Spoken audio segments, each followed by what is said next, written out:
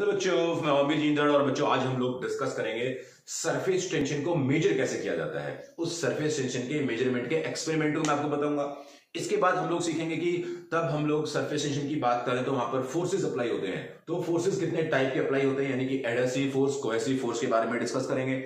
उसके अलावा हम लोग एंगल ऑफ कांटेक्ट की बात करेंगे और बहुत सारे पॉइंट्स, बहुत सारे एक्चुअली इंपॉर्टेंट पॉइंट्स हम लोग डिस्कस करेंगे related to adhesive force, cohesive force, angle of contact, meniscus surface and बहुत सारी चीजें हम लोग डिस्कस करने वाले हैं। तो बच्चों ये स्टार्ट करते हैं सबसे पहले मेजरमेंट ऑफ सरफेस टेंशन। देखिए मेजरमेंट वास्तव में क्या, जो सरफेस टेंशन की बात हमने की थी कि भाई जो सरफेस टेंशन होता है that surface tension S is equal to F/L, ये होता भी है या नहीं, या फिर हम लोगों ने ऐसे ही बोला कि हाँ ठीक है कोई फोर्स लगता होगा फ्लूइड ने जो लगाया, ऐसा कुछ है भी या नहीं, इस चीज की मैं आपको अब एक्सपेरिमेंटल वैल्यूज, एक्सपेरिमेंटल मेजरमेंट्स बताने वाला हूं। तो बच्चों ध्यान से सुनना, क्या किया हमने, एक तराजू लिया काइंड ऑफ, जिसके इस तरफ हमने एक ग्लास प्लेट ली और उस ग्लास प्लेट के नीचे से हमने एक बीकर लगा दिया, इसमें लिक्विड भरा हुआ था। जस्ट ये जो ग्लास प्लेट है और ये जो लिक्विड है ये बिल्कुल टच हुए, राइट, और बैलेंस कर लिया हमने इस तराजू को। इस तरफ हमने कोई बाट रखे, वेट रखे, इस तरफ वेट रख करके इधर ये ग्लास प्लेट रख करके इसको बिल्कुल बैलेंस कर रखा था।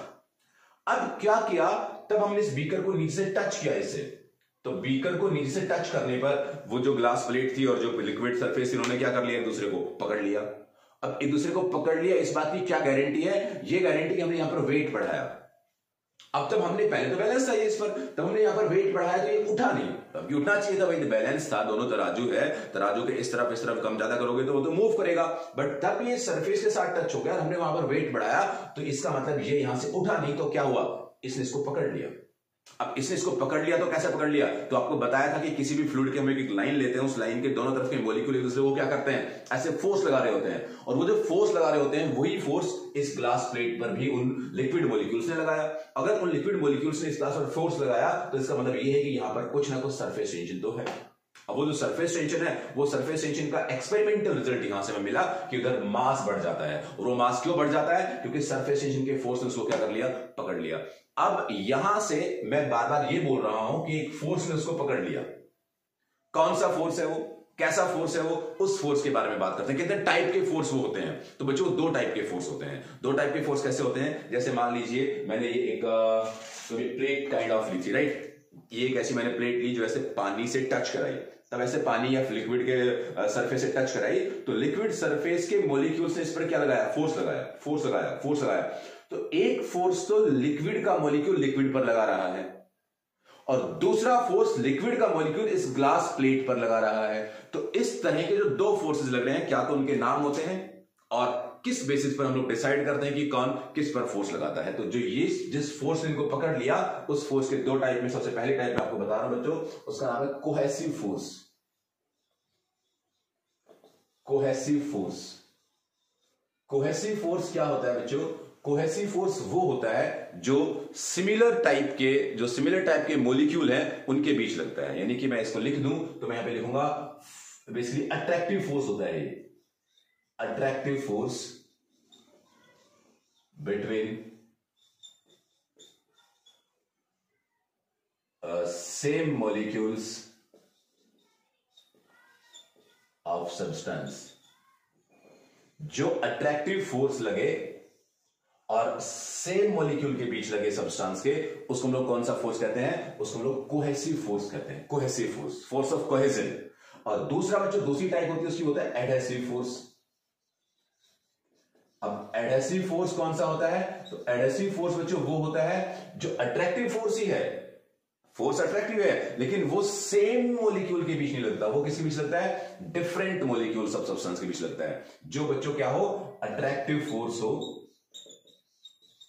Attractive force between different molecule of substances, जैसे मान लीजिए आपको मैं जानकारी दे दूं, तब पानी के मॉलिक्यूल पर फोर्स लगाएगा तो उस फोर्स का नाम दिया जाएगा कोहेजन का फोर्स, कोहेसिव फोर्स। और तब पानी का मॉलिक्यूल इस ग्लास प्लेट पर फोर्स लगाएगा तो उसको हम लोग क्या कहेंगे, एडहेसिव फोर्स, एडहेशन का फोर्स। क्या होता है, जैसे मान लीजिए मैं आपको फेविकोल या फिर गोंद की बात करता हूं, वो क्या करता है, वो गोंद एक तरफ से पेपर को पकड़ लेता है और दूसरी तरफ फिर हम उसके पेपर लगा देते हैं। तो गोंद ने पेपर के मॉलिक्यूल को पकड़ा और इधर से भी गेंद ने पेपर के मॉलिक्यूल को पकड़ा, तो हमने क्या कहा कि वो पेपर चिपक गया। यहां पर कौन सा फोर्स लगा? एडिशन का फोर्स लगा, क्योंकि गेंद ने किसको पकड़ा? पेपर के मॉलिक्यूल के। गेंद के मॉलिक्यूल ने पेपर के मॉलिक्यूल पर फोर्स लगाया, तो ये कौन सा फोर्स है? एडिशन का फोर्स है। लिखा भी होता है गेंद या फेविकोल पर एडेसिव फोर्सेस वगैरह था, या फिर एडेसिव टेप वगैरह लिखी होती है, तो वो कौन सा फोर्स लगा रहे होते हैं बच्चों? एडिशन का फोर्स लगा रहे होते हैं। और ये कौन सा फोर्स लग रहा होता है? यहाँ पे कोहेजन का फोर्स लग रहा होता है। अब इस एडिशन और कोहेजन के फोर्स के बेसिस पर मैं आपको एक एंगल ऑफ कांटेक्ट नाम की क्वांटिटी के बारे में डिस्कशन करके बताऊंगा। सोचो, ध्यान से ध्यान दो मेरी बात पे। अगर मान लीजिए ये एक सरफेस है, ग्राउंड सरफेस, ऐसे सोचने वाली बातें हैं ये। ग्राउंड सरफेस पर मैं दो ऑब्जेक्ट्स या दो सब्सटेंस की बूंद या ड्रॉप को गिराने का प्रैक्टिस आपको बता रहा हूं। ये मैंने यहां से एक लिक्विड ड्रॉप लिया बच्चों, और वो लिक्विड ड्रॉप या पानी की ड्रॉप, मैं इसको कह देता हूं H2O ड्रॉप, मैंने यहां से लिया और उस H2O ड्रॉप को ऐसे जमीन पर गिराया, या किसी कांच की प्लेट पर गिराया, या किसी भी हमने एक सॉलिड स्टेट पर, सॉलिड मटेरियल पर गिराया। तब इस पानी की बूंद को सॉलिड मटेरियल पर गिराया, तो वो पानी की बूंद यहां पर आकर के ऐसे फैल गई। ये ऐसे फैल गई, ऐसे गोल नहीं रही, वो ऐसे पसर गई, ऐसे फैल गई। अब वो ऐसे क्यों फैल गई होगी? वो इसलिए फैल गई होगी कि भाई ये जो आपका सॉलिड मटेरियल है, इस सॉलिड मटेरियल के मॉलिक्यूल ने इस लिक्विड मटेरियल पानी की बूंद पर एक फोर्स लगाया होगा, और वो फोर्स ज्यादा रहा होगा। क्यों? क्योंकि इस पानी के मॉलिक्यूल को ये पानी का मॉलिक्यूल अपनी तरफ बांध के नहीं रख सका। पानी का मॉलिक्यूल पानी के मॉलिक्यूल पर फोर्स लगाता तो उसको नहीं जाने देता, लेकिन उससे भी ज्यादा फोर्स किसने लगाया? उससे भी ज्यादा फोर्स इस सॉलिड सरफेस ने पानी के मॉलिक्यूल पर लगाया। अगर इस सॉलिड सरफेस ने पानी के मॉलिक्यूल पर स्ट्रांग फोर्स लगाया, तो यहां पर कौन सा फोर्स किससे तगड़ा है? तो पक्की बात है भाई, डिफरेंट मॉलिक्यूल है, सॉलिड डिफरेंट है, लिक्विड डिफरेंस है, तब डिफरेंट है, तब सॉलिड ने लिक्विड पर फोर्स लगाया और वो फोर्स ज्यादा है। इसका मतलब क्या हुआ? एडिशन का फोर्स यहां पर ज्यादा है। किससे ज्यादा है? कोहेजन के फोर्स से ज्यादा है। तो इस केस में तब पानी इसमें फैल जाता है। तो इस फैलने वाले प्रोसेस को हम लोग ऐसे कहते हैं कि यहां पर बेसिकली इस पर्टिकुलर केस में जो फोर्स ऑफ एडेशन है, यानी जो एडेसिव फोर्स है, that is much greater than the cohesive force. और बिल्कुल सही बात है, कोहेसिव फोर्स ज्यादा है, तो ही तो क्या हो रहा है? तो ही तो उसको बांधे रखे है, तो ही तो वो उसको एक्चुअली अपनी तरफ फैला ले रहा है, बांध के नहीं रख पा रहा है। बांध के रखता तो कोहेसिव फोर्स ज्यादा होता, लेकिन यहाँ पे एडेसिव फोर्स ज्यादा है। और क्या होता है आपको मैं बात और बताता हूं। तब हम किसी भी ग्लास में, कांच के गिलास में पानी डालते हैं और उस ग्लास को खाली कर देते हैं, पानी को खाली कर देते हैं, लेकिन उस ग्लास में फिर भी पानी उसको ग्लास को गीला कर देता है, फिर भी पानी के छोटे छोटे मॉलिक्यूल उसके पास बच जाते हैं। क्यों? क्योंकि पानी के पास उतनी ताकत नहीं है कि वो अपने ही मॉलिक्यूल को, पानी के मॉलिक्यूल को, सब मॉलिक्यूल्स को पकड़ के बाहर ले जाए। नहीं, कांच के पास वो ताकत है कि वो पानी के मॉलिक्यूल को पकड़ के बांध लेता है, और उसको बांध लेता है, रोक लेता है, तो क्या होता है वहां पर? एडिशन का फोर्स ज्यादा होता है। अब मैं एक और चीज यहां पर लेता हूं, मैं यहां पर मरकरी की बूंद लेता हूं ऐसे, यानी कि मैंने यहां पे क्या लिया? एचडी ड्रॉप, मरकरी की ड्रॉप ली। तो बच्चों यहां पर मैं मरकरी की ड्रॉप ले रहा हूं, तो मरकरी की ड्रॉप को तब मैं ऐसे नीचे गिराऊंगा, तो मरकरी की ड्रॉप होती है वो एग्जैक्टली वैसे की वैसे रह जाती है, यानी कि वहां पर वो ऐसे फैलती नहीं जैसे पानी की बूंद फैल गई। जैसे वो टिकाया, गिराई, तो यहां पे जस्ट ऐसे टिकी, ऐसे फैली नहीं। इससे क्या समझ रहे हो आप लोग? इससे ये समझ रहे हैं हम लोग कि जो मरकरी का मॉलिक्यूल है, वो मरकरी का मॉलिक्यूल मरकरी के मॉलिक्यूल पर ही स्ट्रॉन्ग फोर्स लगा रहा है, यानी कि इसकी कोई हिम्मत नहीं, इसकी औकात नहीं कि ये जो सॉलिड मटेरियल का जो मॉलिक्यूल है, वो सॉलिड मटेरियल का मॉलिक्यूल इस मरकरी के मॉलिक्यूल को मतलब अटैक कर सके, नहीं कर सकता। क्यों? क्योंकि उनका अपना ही फोर्स बहुत ताकतवर, उनको अपने एकदम से सारे एकजुट है जो मरकरी के मॉलिक्यूल हैं, और मरकरी के मॉलिक्यूल सारे एकजुट हैं। तो इसका मतलब क्या हुआ? सेम मटेरियल पर ताकतवर फोर्स लगा रहा है, डिफरेंट मटेरियल की कोई औकात नहीं कि उस मटेरियल को वो खींच ले। तो यहां पर कौन सा फोर्स लग रहा है? कोहेजन का फोर्स लग रहा है। किससे ज्यादा लग रहा है? एडिशन के फोर्स से ज्यादा लग रहा है। तो मैं यहां पर लिख देता हूं बच्चों, यहां पर मैं लिख दे रहा हूं क्या कि force of cohesion is much greater than the force of adhesion. और इसी वजह से क्या होता है? वो एज इट इज बना रहता है। एज इट बना रहता है मतलब जैसी बूंद यहां थी वैसी बूंद यहां पर रह जाती है। अगर इसी चीज को हम लोग ग्लास में डालें, मान लीजिए कि कांच के ग्लास में मरकरी भर दिए और फिर उसको खाली कर दे, तो मरकरी का एक भी मॉलिक्यूल नहीं बचेगा,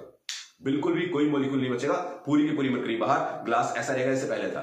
तो इससे हमें पता लगता है कि पानी तो ग्लास को गीला कर देता है, लेकिन मरकरी ग्लास को गीला नहीं करती। तो यहां पर क्या होता है? ये वेट हो जाता है। ये भी आपको दिखाई दे रहा होगा नीचे का, हाँ ठीक है, मैं लिख दे रहा हूं यहां पे। ये तो क्या हो जाता है? गीला हो जाता है, वेट हो जाता है, और ये वेट नहीं होता, नॉट वेटिंग। ये मरकरी की बातें कर रहा हूं मैं आपसे, ये मैं पानी की बातें कर रहा हूं, मैं यहां पर फोर्स ऑफ कोहेजन एडिशन की बातें कर रहा हूं कि किसमें कोहेजन का फोर्स ज्यादा है, किसमें एडिशन का फोर्स ज्यादा है, क्यों ज्यादा है, कैसे ज्यादा है, कितना ज्यादा है, सारी बातें मैंने की। अब मैं बच्चों यहां पर एक और नया टॉपिक ले रहा हूं, उसको मैं कह रहा हूं कि हम लोग एंगल ऑफ कॉन्टेक्ट कहते हैं उसे, एंगल ऑफ कॉन्टेक्ट। तो बच्चों मैं इसको हटा देता हूं और एंगल ऑफ कॉन्टेक्ट की बात करते हैं। स्क्रीनशॉट लेना चाहे, लिखना चाहे तो लिख लो, मैं इसे हटा रहा हूं अभी, ठीक है। तो बच्चों एंगल ऑफ कांटेक्ट जो क्वांटिटी है, एक्चुअली वो एक क्वांटिटी है कि भाई जो भी हमने दो कॉम्बिनेशन लिए हैं लिक्विड और सॉलिड के, तो उस कॉम्बिनेशन से एक एंगल बनता है। जैसे यहां पर अब मैं डिस्कस स्टार्ट कर रहा हूं, इसको भी हटा देता हूं मैं। ध्यान से सीखना, ये बात समझना, तुम बहुत ही आसान चीजें हैं, एकदम से लॉजिकली समझ जाओगे तो बस फिर कोई परेशानी नहीं है, आप कोई भी क्वेश्चन कर पाया करोगे। जैसे यहां पर मैं इसी के लिए यूज कर रहा हूं एंगल ऑफ कांटेक्ट। तो बच्चों एंगल ऑफ कांटेक्ट में, एंगल ऑफ कांटेक्ट वो दो सब्सटेंस के बीच का एंगल होता है जो एक दूसरे के कांटेक्ट में है। क्या बोला मैं बोला कि वो एंगल ऑफ कांटेक्ट वो एंगल दो सब्सटेंस के बीच का एंगल होता है जो आपस में कांटेक्ट में है, और वो टेंजेंट हम लोग ड्रॉ करते हैं। बच्चों यहां पर दोनों सॉलिड भी और लिक्विड भी कांटेक्ट में है, और हमने यहां से कैसा टेंजेंट ड्रॉ किया। तो ये जो हमने टेंजेंट ड्रॉ किया, ये लाइन और ये जैसे एक सरफेस था, ये लाइन, इन दोनों लाइन के बीच में बनने वाला एंगल तो दो लाइन के बीच में बनेगा, बनने वाला एंगल क्या कहलाएगा, that is angle of contact. तो इसके बीच में तो भाई दो एंगल बन रहे हैं, एक एंगल तो ये बन रहा है और दूसरा एंगल ये बन रहा है। तो कौन से वाला एंगल ऑफ कांटेक्ट यहां पे कहलाएगा? तो बच्चों वो एंगल ऑफ कांटेक्ट कहलाएगा जिस एंगल के बीच में, जो मटेरियल के बीच का हम लोग एंगल ऑफ कांटेक्ट निकाल रहे हैं वो प्रेजेंट हो। हम किसके बीच निकालना चाह रहे हैं? वाटर का एंगल ऑफ कांटेक्ट निकालना चाह रहे हैं। तो वाटर का एंगल ऑफ कांटेक्ट निकालेंगे तो उस एंगल के बीच में, मतलब उस एंगल के साथ कौन इन्वॉल्व होना चाहिए? वाटर इन्वॉल्व होना चाहिए। तो जो ये वाला एंगल है that is angle of contact between solid and liquid, और ये वाला जो एंगल ऑफ कांटेक्ट है that is angle of contact between air. यहां पे भाई हवा तो होगी ही ना, एयर एंड सॉलिड। तो ऐसा नहीं है कि एंगल ऑफ कांटेक्ट में एक, ये दोनों है, लेकिन हम जो चाह रहे हैं, हमारा इंटेंशन क्या है? हमारा इंटेंशन है कि भाई हम लोग उस मटेरियल को ले जिस मटेरियल उस एंगल को ले जिस एंगल के बीच में वो मटेरियल भरा हो। तो ये मटेरियल कौन सा भरा हुआ है? लिक्विड भरा हुआ है। तो ये एंगल ऑफ कांटेक्ट किसका हुआ? लिक्विड का हुआ, राइट। यहां पर अगर हम लोग ड्रॉ करें तो वो एक पॉइंट ढूंढिए जहां पर दोनों कांटेक्ट में, तो ये कांटेक्ट में है, और उस कांटेक्ट से क्या करिए? एक ऐसे टेंजेंट ड्रॉ करिए। अब जरा सोच के बताइए कि कौन सा एंगल ऑफ कांटेक्ट है, ये वाला है या फिर ये वाला है? कौन सा है? ये वाला है। क्यों? क्योंकि इस एंगल के बीच में कौन आता है? मरकरी आता है, और मरकरी जब एंगल के बीच में आ रहा है तो वो एंगल उसको क्या माना जाएगा? एंगल ऑफ कांटेक्ट माना जाएगा। तो यहां पर कैसा एंगल बना बच्चों? ये एंगल, ये जो एंगल है कांटेक्ट एंगल यानी एंगल ऑफ कांटेक्ट, ये एक्यूट बना, एक्यूट एंगल है ये। और ये कैसा बना बच्चों? ये ऑब्ट्यूज बना। तो यानी कि ये एंगल 90 से, जो ये थीटा एंगल है वो 90 से बड़ा है, और ये जो थीटा एंगल है वो 90 से क्या है? छोटा है। ये बात याद रखना। ऐसा कब होता है? ये बातें चलो मैं आपको एक बार पूरा बता दूं, उसके बाद ये सारी बातें मैं तुम्हें सिखाऊंगा। तो ये हमने सीख लिया भाई एंगल ऑफ कांटेक्ट की पूरी कहानी क्या है। अब एक चीज और सीखते हैं, एक चीज और क्या सीखते हैं, देखो ध्यान से सुनना मेरी बात। ये आगे जाके हम लोग वैसे डिटेल में पढ़ेंगे कैपिलरी का जो कॉन्सेप्ट है, बट यहां पे मैं सिखा रहा हूं कि मान लीजिए हमने क्या किया, हमने यहां पर ये ऐसे एक बर्तन में पानी भर लिया, और उस पर पानी भर करके हमने क्या किया? कैपिलरी। कैपिलरी क्या होती है? कैपिलरी बहुत फाइन बोर ट्यूब होती है, यानी कि बहुत ही पतला सा उसमें होल होता है, और वो एक ऐसी ट्यूब होती है, उस ट्यूब को हमने इसमें से डाल दिया, उस बहुत पतले सी होल की ट्यूब को हमने इसमें इंसर्ट कर दिया। अब जैसे हमने इसमें इंसर्ट किया, उसको डाला, तो पानी ने क्या किया? पानी ने ऐसी सरफेस बना ली। भाई पानी को तो पसंद है कौन? दूसरा सब्सटेंस। अब तो वो क्या कर लेता है? वो ऐसे इस पे चढ़ने की कोशिश करता है, ऐसे कि वो इसके साथ अटैच हो जाए, यहां पर चढ़ जाए। वाटर के मॉलिक्यूल को पसंद कौन है? कांच का मॉलिक्यूल या फिर दूसरा मेटल का मॉलिक्यूल, क्योंकि उनके बीच में कौन सा फोर्स ज्यादा है? उनके बीच में एडिशन का फोर्स ज्यादा है, तो उस एडिशन की फोर्स की वजह से पानी ऐसे ऊपर चढ़ जाता है, इधर भी इधर भी। और इवन मरकरी में तो क्या होता है, मतलब इसमें कैपिलरी में तो क्या होता है? ये यहां तक चला जाता है। अब सोचना, तब हमने एक ऐसा मटेरियल लिया जिसका एडिशन का फोर्स ज्यादा है, तो वो कैपिलरी में क्या हो जाता है बच्चों? राइज हो जाता है। हम उसे बात करेंगे, आप कहेंगे भाई ये राइज क्यों हो गया? राइज इसलिए हो गया भाई, पानी के मॉलिक्यूल को क्या पसंद है? भाई पानी के मॉलिक्यूल को पसंद है ग्लास। अब ग्लास का मॉलिक्यूल पसंद है तो क्या हुआ? पानी ऊपर चढ़ने लगा। सर यहां पे क्यों नहीं चढ़ गया, कैपिलरी में क्यों चढ़ा? क्योंकि कैपिलरी में जो ये पानी भरा ना, ये थोड़ा था, इसका वजन कम था, हल्का पानी था, थोड़ा सा पानी था, तो क्या हुआ? वो ज्यादा चढ़ पाया। यहां पर भी पानी ऊपर चढ़ सकता था, बट ये तो बहुत बड़ा सा एक यहाँ का पानी है जो ऊपर चढ़ेगा, तो बहुत भारी पानी ऊपर चढ़ेगा तो क्या होगा, उसमें ग्रेविटी लग जाएगी, क्या कर लेगा, उसको नीचे खींच लेता है। तो इसलिए कैपिलरी में बहुत थोड़ा सा छोटा सा पानी है, तो छोटा सा पानी तो भाग जाता है ऊपर, उसको उतना ज्यादा फोर्स नहीं देता, उतना उसका मास नहीं होता है, इसलिए उसमें राइज हो गया। दूसरी बात, यहां पर जो मेनिस्कस सरफेस यानी कि कैसा सरफेस इसने बना लिया, तो बच्चे ये सरफेस होता है कनकेव। कनकेव समझते हो क्या होता है? केव मतलब गुफा, यानी कि ऐसे अंदर की तरफ दबा हुआ। तो यहां पर जो मेनिस्कस बना, वो मेनिस्कस कैसा बना, वो मेनिस्कस बना बच्चों कनकेव। यहां पर जो कैपिलरी में डाल, इसमें क्या हो गया, वाटर राइज हो गया। अब सेम चीज अगर मान लीजिए मैं मरकरी के लिए करता हूं, मरकरी के लिए फिर हमने एक ऐसा बीकर लिया और उसमें हमने मरकरी भर दी, और मरकरी भरने के बाद हमने क्या किया बच्चों, उसमें वही कैपिलरी ट्यूब इंसर्ट की। इसमें हमने देखा बच्चों कि कैपिलरी में मरकरी ऐसा शेप बना देती, कैपिलरी में ऐसा शेप बना लेती है, बट ये साइड में ऐसा शेप बना देती है, कैपिलरी में केवल इतना ही चढ़ पाती है वो। रिपीट कर रहा हूं मैं, ढंग से सुनना। यहां पर तो क्या होता है, ये ज्यादा राइज हो गया क्योंकि उसको पसंद नहीं है कांच, लेकिन वो क्या चाह रहा है, खुद सा बन जाए, अपने आप ऐसे ऊपर चढ़ जाए। लेकिन यहां पर क्या हुआ कि यहां पर उसको जल्दी से मुड़ जाता है ना वो, तो क्योंकि उसको पसंद नहीं, मुड़ जाता है वो, तो यहां पर क्या हुआ, बिल्कुल थोड़ा सा ही राइज हो पाया, लेकिन राइज नहीं हुआ, एक्चुअली डिप हो गया, इसमें नीचे चला गया बल्कि जो मरकरी है। और इस केस में क्या हुआ, एक तो डिप हो गया, और दूसरा ये सरफेस कैसा बना हुआ है, तो ये कैसा है, ये तो कन्वेक्स है, यानी कि बाहर तरफ उभरा हुआ। तो यहां पे मेनिस्कस कैसा बना, यहां पे मेनिस्कस बना कन्वेक्स। आपसे बच्चों सवाल पूछे जाएंगे, कैसे आपसे पूछा जाएगा कि एक ऐसा मटेरियल है जिस मटेरियल में एडेशन का फोर्स ज्यादा है, कोहेजन का फोर्स कम है, बताइए वहां पर मेनिस्कस कैसा बनेगा। तो तुम सोचोगे एडेशन का फोर्स ज्यादा, कोहेजन का फोर्स कम, कैसे एंगल बनेगा, एक्यूट एंगल बनेगा, पानी को पसंद है दूसरा मटेरियल, ऊपर चढ़ जाएगा, तो क्या हुआ, राइज हुआ, और राइज हुआ तो क्या जाएगा, कनकेव मेनिस्कस होगा, यानी कि बोलेगा ये, पूछेगा वो। फिर उसके बाद कहेगा, या फिर आपसे कह देगी भाई हमने मरकरी डाल बेसिकली बर्तन लिया, यानी कि बीकर लिया, उसमें कैपिलरी डाली, कैपिलरी डालने के बाद हमने देखा कि जो भी मटेरियल था वो क्या हुआ, डिप हो गया।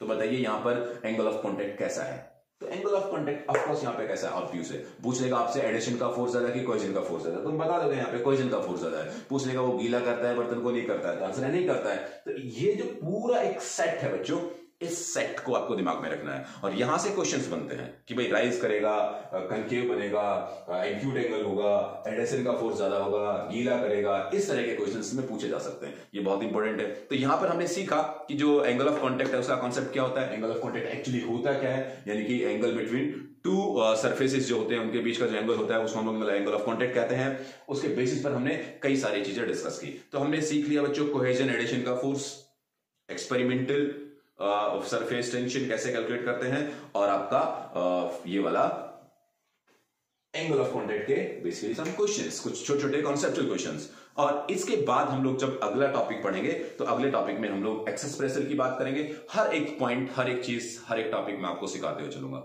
तो तुम लोग एकदम से ध्यान से चीजों को सुनते रहा करो, सीखते रहा करो, इस पे बेस्ड क्वेश्चंस प्रैक्टिस करते रहा करो। वो क्वेश्चंस के बारे में तुमसे बात करूंगा, क्वेश्चंस भी हम लोग डिस्कस करेंगे बाद में। तो बच्चों मिलते हैं फिर नेक्स्ट वीडियो में। Thank you.